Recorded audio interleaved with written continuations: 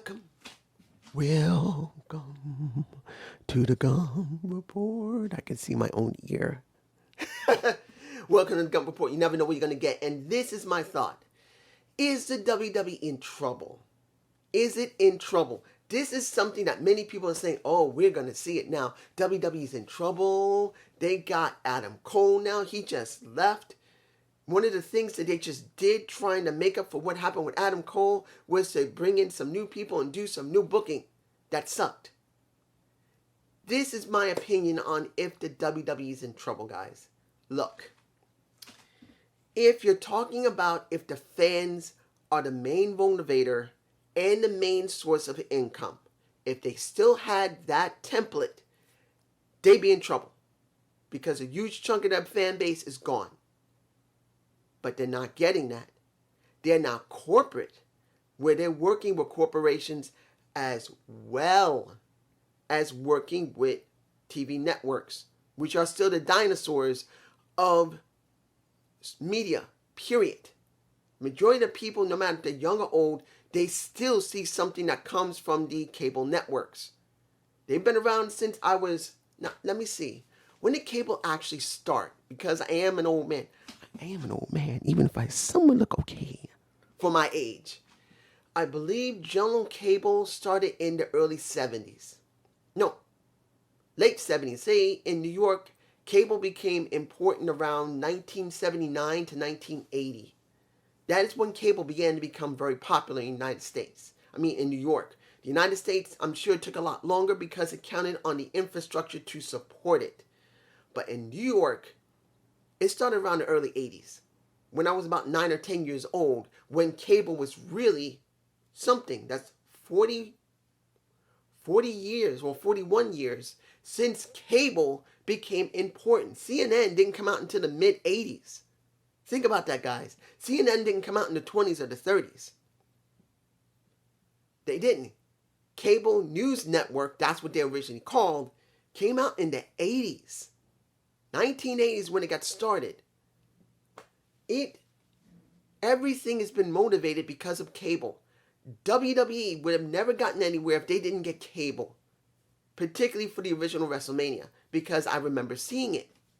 I saw it in 84 when I was 13 years old. No, 12 years old. I was 12. It wasn't, I was 13 yet. Because it happened around maybe April. Somewhere in March or April of 1984. So I was 12 years old when I saw it. So honestly, the first WrestleMania I saw was 12. I am now 50. I've seen the last WrestleMania. So cable's been around for a while. And they're connected to that. So we already know they're getting money from Fox. They're getting money from USA and UPN. They're getting money from the Saudis. They're getting money from Peacock, which is CBS. They're getting a lot of money. They still have the WWE network. The network is still international, even though we can't see it here. It is on Peacock, which the service sucks, and many people, they said it. I'm not watching it. Essentially, WWE still has enough connections where they're still getting a good flow of income, particularly they still got fans buying the pay-per-views, going to the arenas. Now, particularly, they're going as long as the pandemic doesn't come back and that people are locked down again. They're still buying the merchandise. They're buying the shirts, the belts, the tag belts, the world title, the intercontinental titles, the women's title, the women's tag titles, the toys. They're still buying them. The ones who are still hardcore enough to care enough, they're still buying it. Their parents for the kids, they're still buying it. So they are making a good amount of money where they're not going to go away too easily. What is going to cause them to go away is not the fans leaving. It's going to be the content. Now, that also means the fans. But there's two different types of fans here, guys. We got two fans. You got the hardcore fans right here. And you got the casuals who are not fans. They are just casual viewers of cable for UPN, not UPN, Universal Studios. I don't know why I said UPN. Universal Studios for USA, for Peacock, for Fox. Regular ordinary people just flipping on anything, counting if they're interested. They know about wrestling. They'll say, you know what, I'm kind of bored. Let's see what's on wrestling. We don't watch it often. Let's put it on. And they track it for the Nielsen ratings. That is what makes the cable networks motivated. As far as they're concerned, the motivation is that WWE is still making enough shares for the Nielsen ratings, not shares, but basically making enough Nielsen ratings that it's staying above a bottom line. That's what it's about. The sales over in the arena, yes, if they go down to almost nothing, they'll be in some trouble, but doesn't mean they'll lose all their money because they still have Fox, Peacock through CBS, through Universal Studios. The Saudi government is also still paying them. They also still have their international buys for their network. People still, to a certain extent, buy their belts, buy their t-shirts, buy maybe, I think they got socks. I don't even remember what other type of stuff they have. They got toys. They still make enough money. But if, let's say this, what would cause them to go under finally? It's only one thing. It would be the downfall from the cable networks. Because the Saudi government is not going to, the Saudi princes are not going to be able to give them enough to keep running the way they are. They would downsize tremendously if they lose the cable networks. The cable networks is the general thing that's keeping them afloat. That's what it is. Without the networks, they're dead. That's the truth. Because they'll end up like ECW, like ECW and like Impact, where they couldn't get to another network because the networks didn't care. In ECW, they just couldn't never find a network. When it came to Impact, they were actually pretty big until they left Spike with the Destination America, got taken by Anthem, and now they're on Access TV where they're only a fraction of where they used to be. Yes, they got very strong international presence, but like I keep telling you, when I've heard people say, dude, you don't understand how popular they are in Africa. Who gives a fuck about Africa? To them, that's what they're saying. And I'm not saying myself, okay? I'm telling you, if they cared about Africa, they would have moved the entire company to Africa or to Canada or to Mexico, if that's where their goal and the most strongest audience is. They're stationed in America. Yes, they did go to Canada at one point, and then they came back because they want to be in America, because they want to get the American market. That's for Impact Wrestling. WWE has had the American market since the 1960s. It didn't become really big until cable became big. When cable became big, Hulk Hogan became big. Macho Man Randy Savage became big. Ricky the Dragon Steamboat. You got Sensational Sherry. You got the Rockers. You got pretty much Miss Elizabeth.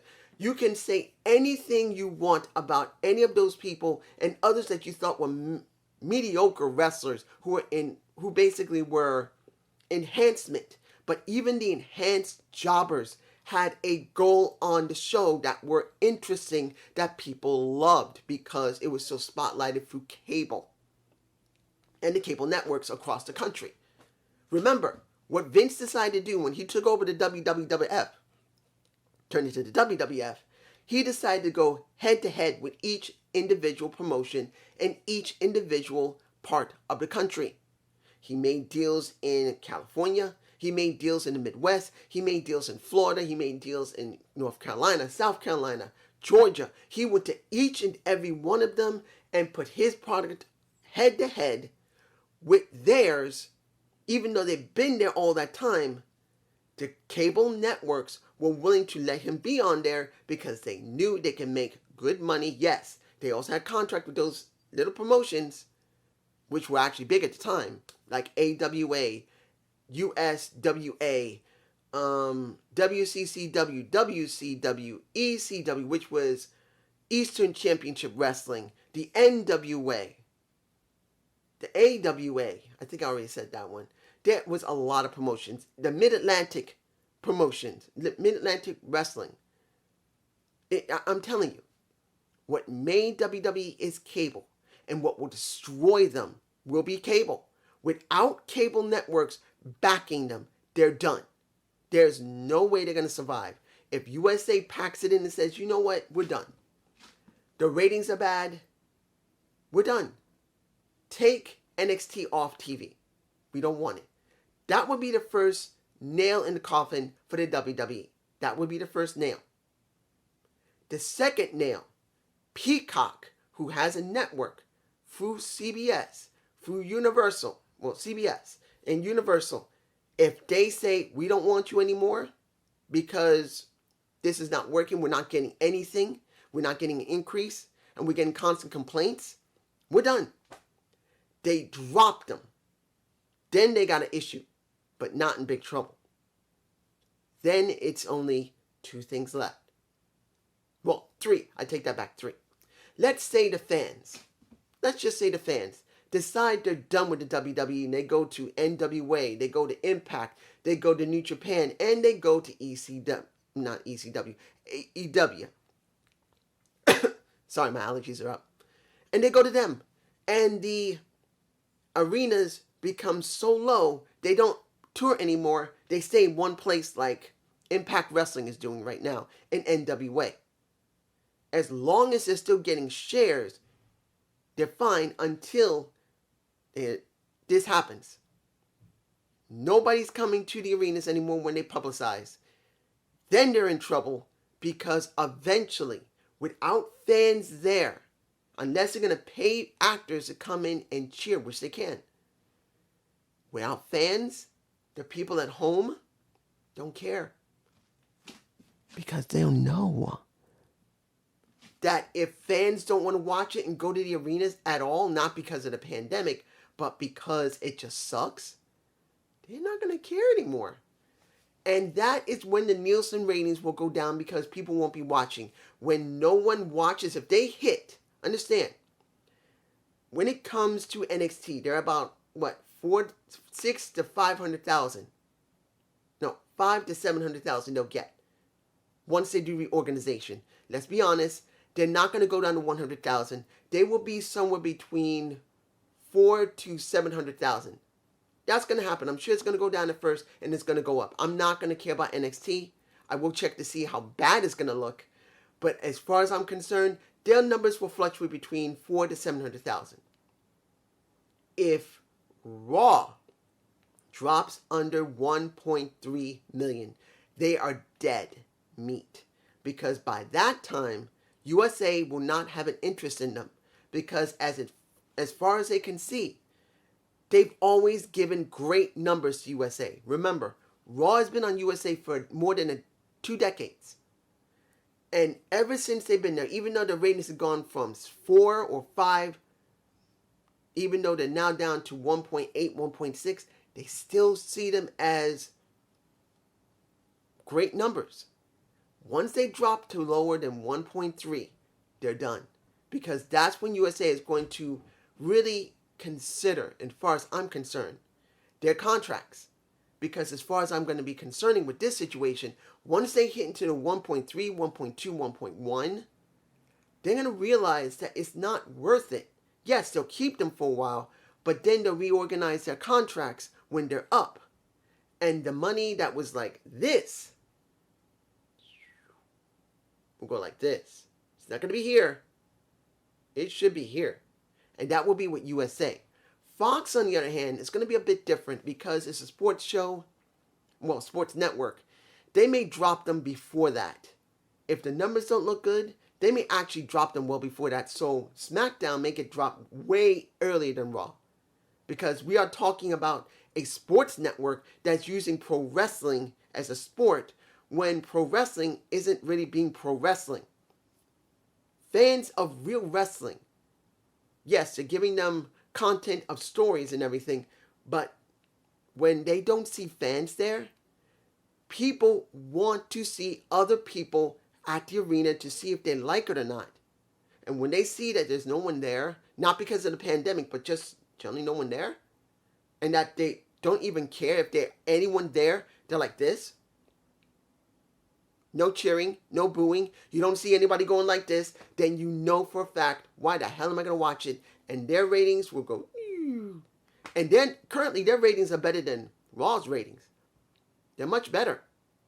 So when they're gone, that is when the WWE is going to be in serious trouble. Because if they get rid of SmackDown first, the only thing they'll have left is Raw.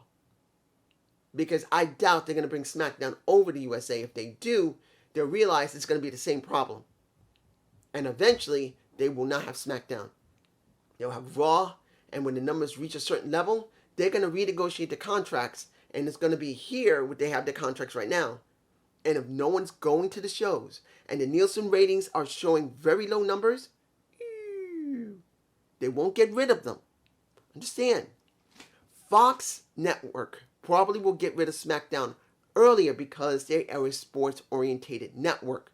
They may finally see that it's not giving them anything and they'll just break their contracts or just let them run out. But USA will keep them. They're just going to reduce them. Now, of course, they could do that to SmackDown as well. But they're not going to feel it that much because as long as SmackDown is still getting money from Fox, they'll be all right even if it's been reduced. They got to get rid of him on Fox, and the only thing they have is Raw on USA, and it goes from here to here. That is when they're dead meat. They're going to know they're not going to survive. They know it. Now, will Vince be alive by that time? He's 76 years old. That man could live up to be 100 and still be in charge. I'm telling you, he's 76 years old. He still exercises. He still keeps himself in good shape. He still eats healthy, at least enough. He could live up to 100 years old easily. He's Irish. You think Irish people can live to be 100? They can. I don't know if I have any Irish blood in me. I don't know. But technically, I'm telling you, he could live up to be 100 and still be in charge of the company. That's not a joke. That could happen. And if that's like that, the company's dead. But only when the networks finally get rid of WWE or at least reduce them down to almost nothing, and they're finished then. If they can't get any more venues to go to, they can't get streaming services to really pick them up next to their own service, and if the Saudis are not going to pay for them, they'll be done. But right now, because of what's going on with AEW, what's going on with Impact Wrestling working with AEW, and New Japan working with AEW, and even possibly NWA may work with them, they're not in trouble. Even though you got easily Mick Foley and John Cena. I haven't seen the comments from either one of them yet, but I have heard that John Cena said, when you stifle things like this, you have serious trouble with your company. And Mick Foley saying, you are in trouble. Flat out. By two current talents. One is a legend. One is going to be a legend. One is already in their Hall of Fame. The other will eventually be in the Hall of Fame. It means that your ass is in trouble. But it does not mean that their company is going under. It just doesn't. It just makes them look bad. And I've already heard that Vince doesn't even give a damn. He doesn't care about Adam Cole. He doesn't care about anyone. He's going to get rid of everyone on NXT that he sees that's not useful. And then he's just going to put in runners, football players, basketball players, probably baseball players, probably entertainers, actors maybe. You never know what Vince is going to bring out. And he thinks because that is how he used to do it. Because remember, this is what Vince used to do. He would bring in former football players that would become wrestlers. Basketball players became wrestlers. MMA fighters became wrestlers. Baseball players, I think one baseball player actually was a wrestler. At least one. Track and field. They became wrestlers. He thinks going back to the older system will give everybody what they want. And he doesn't understand. It's not going to work. Particularly that he doesn't book correctly. If this was back in the 1980s golden age, or the attitude era of the silver age, that's how I'm calling them. The golden age of wrestling is the 1980s when they exploded. The silver age is when they resurged and you got the attitude era. Honestly, when you see this, if he was in that time period where he wrote and booked with Pat Patterson, with Jack Briscoe, and a couple other people. I believe one other person, Bruce Pritchard. At least at that time, Bruce was better than he is now. If they were booking like that, that would be an entirely different situation. But he's not booking like that. He has more than 30 writers, at least 30, nearly 30 writers, that are not allowed to write the way they should write. Various storylines tailored to each individual wrestler's capabilities, where they are in storyline, where they are in a feud, where if they just coming back, if they're about to leave to take a break because of injury, they come back. None of that. They're not allowed.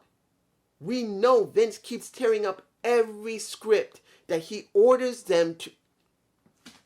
How the fuck do you do that? You order your writers for Raw and SmackDown to write scripts. They spend at least a day or two getting the script ready. Vince comes in for Raw, SmackDown. He looks at the script. Here. Does that. Literally. He gets rid of the script. And I do believe Vince is that type of person that literally would rip up a paper that had people's stuff written on it. And he would do that. That just shows his foolishness. This is about Vince not being who he once was. And it's not about how old he is. He could still understand the business. He could. There's some people that are in their 60s or 70s or even their 80s who understands how the psychology of pro wrestling works. It isn't just because they're old and they forgot. It's that they understand it and they love it. Vince doesn't love pro wrestling. He's never loved it. He loved his father and the company that he managed to build, the WWF.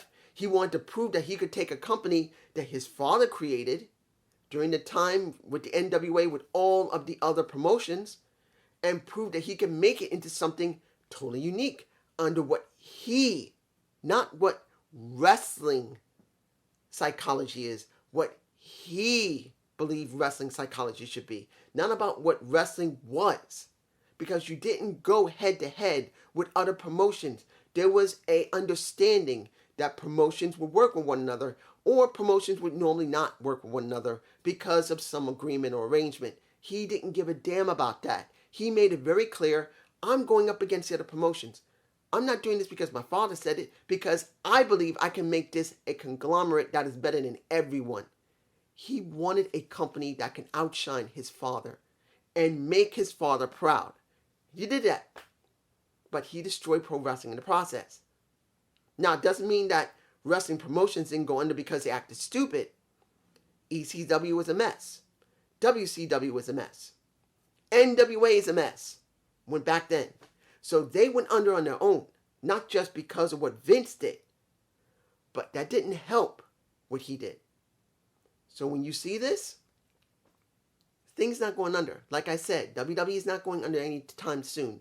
It counts on the networks either dropping the shows or reducing the amount of money in their contracts to the point where they can't sustain themselves and they go under. Because they'll still be around. And maybe Vince McMahon will too. Maybe 100 years old. Oh! Vince McMahon, nearly 80 to 90 years old. He's 76 right now. He'll be hitting 80 soon. If the guy hits 80 to 90, oh my gosh, he will be even worse. Not because he'll be senile, but because he's going to be even more set in his ways to make his company, not a wrestling company, a company even more diverse so it can make more money. But it's just me. I hope you enjoy this Gump report. Now, I'm filming this on Wednesday, the 8th of September. So you will not be seeing it until next week. I don't know if you're going to like it. I hope you do. Have a good day. Have a good night. Peace.